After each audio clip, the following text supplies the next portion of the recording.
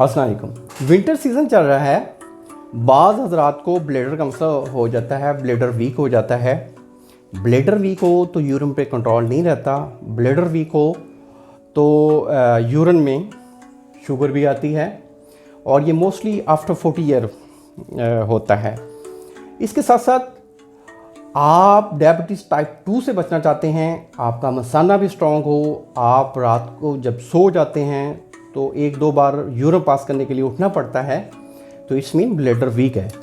Bladder को ताकत देने के लिए, डायबिटीज़ टाइप 2 से बचने के लिए, बैड कोलेस्ट्रॉल से बचने के लिए और जॉइंट पेन से बचने के लिए आप लोगों को 1 टेबलस्पून सुबह खाली पेट सफ़ेद तिल जो नान के ऊपर लगते हैं वो खाने होंगे।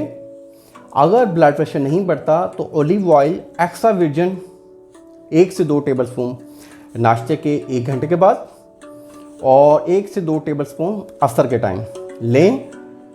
इंशाअल्लाह ब्लैडर को ताकत मिलेगी, डायबिटीज़ टाइप 2 का नामो निशान नहीं रहेगा और जॉइंट पेन से भी काफ़ी हद तक अफाका होगा और बैड कोलेस्ट्रॉल से भी छुटकारा मिलेगा। अल्लाह आपका हामी नासिर हो। शुक्रिया, जज़ाकल्लाह।